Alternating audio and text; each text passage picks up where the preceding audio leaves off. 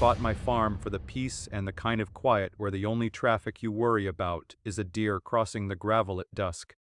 That lasted about a year before it was gone completely. Then the neighborhood over the hill discovered the dirt path maintenance trucks had worn through my field during utility work and decided it belonged to everyone.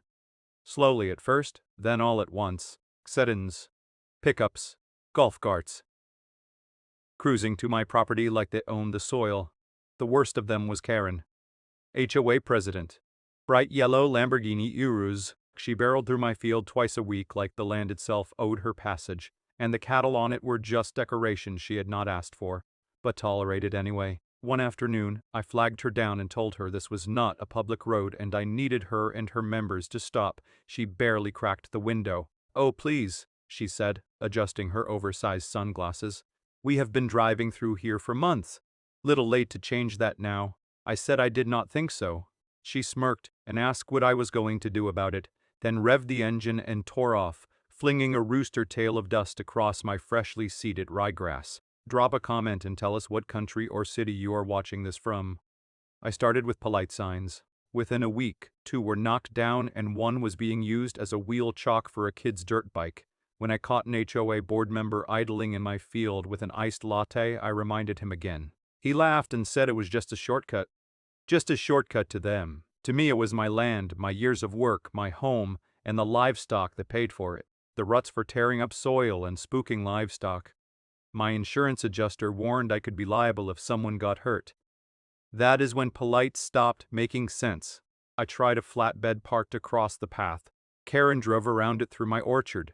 I hung a chain with red flags. Someone cut it. I set up a camera. Someone spray painted the lens. I put out construction cones. Karen plowed through them and waved at my replacement camera. So I called my adjuster and asked a hypothetical. If I dug a trench across an unused portion of my own property, clearly marked, would I have liability exposure? He said as long as it was on my land, not blocking a recorded easement, and clearly indicated I was within my rights. I waited for a rainy forecast. Then I dug. 3 feet deep, 5 feet wide. Bright orange stakes on the edges. Weatherproof signs reading private land, trespass at your own risk, not a public road. I covered it lightly with a tarp and scattered straw across the top to obscure the depth.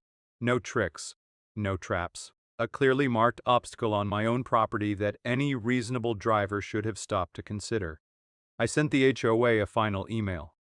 Subject line, final notice. Illegal shortcut use. Karen never responded. Next morning, fresh tire tracks in the mud. I stopped thinking in terms of fairness.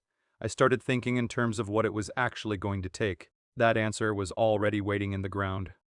It was a Tuesday afternoon, clouds low, ground soft and slick. I was on my porch with coffee watching the ridge. I had learned to listen for that engine. Sure enough, I heard her before I saw her. That twin-turbo growl rolling across my pasture like a challenge. She crested the hill and came down the trail. Tires spitting mud, still bold, still untouchable in her own mind. Until she was not. She hit the trench at around 25 miles per hour. Front wheels dropped in first. The nose slammed hard. The rear bucked up like a seesaw, then crashed down with a metallic thud I felt through the porch boards. The Urus sat there angled, stuck, and hissing steam. For 10 full seconds nothing moved. Then the door flung open and Karen climbed out staring at the damage like the ground itself had betrayed her. Designer boots sinking into mud as she screamed into her phone. I stayed exactly where I was on the porch.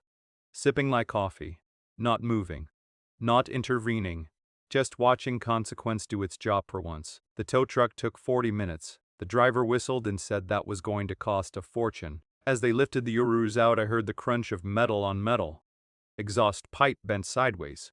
Suspension looked finished. Karen screamed.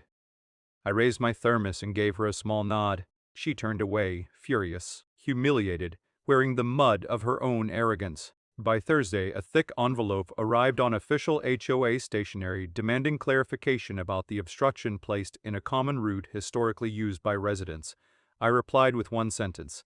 The route in question is private property, never granted as an easement and clearly marked as closed. I attached photos, GPS overlays, boundary surveys, time-stamped warning emails, and the image of a yellow Lamborghini Urus axle deep in a ditch on my land with its owner standing in mud beside it. The HOA went silent. Not a single vehicle came through after that. The dealership refused the warranty claim. Owner negligence. Rumor put the suspension repair alone above $20,000. The woman who once barreled through my field in a turbocharged throne was now taking the long paved road around the hill like everyone else. She never apologized. I did not need her to. The empty trail growing over with grass said everything. Sometimes the strongest fence is not made of wood or wire. Sometimes it is 3 feet deep and 5 feet wide and built with nothing but a shovel and a point that was a long time coming. If you think Karen earned every inch of that ditch, drop a comment below. And if this story hit different, like goes a long way.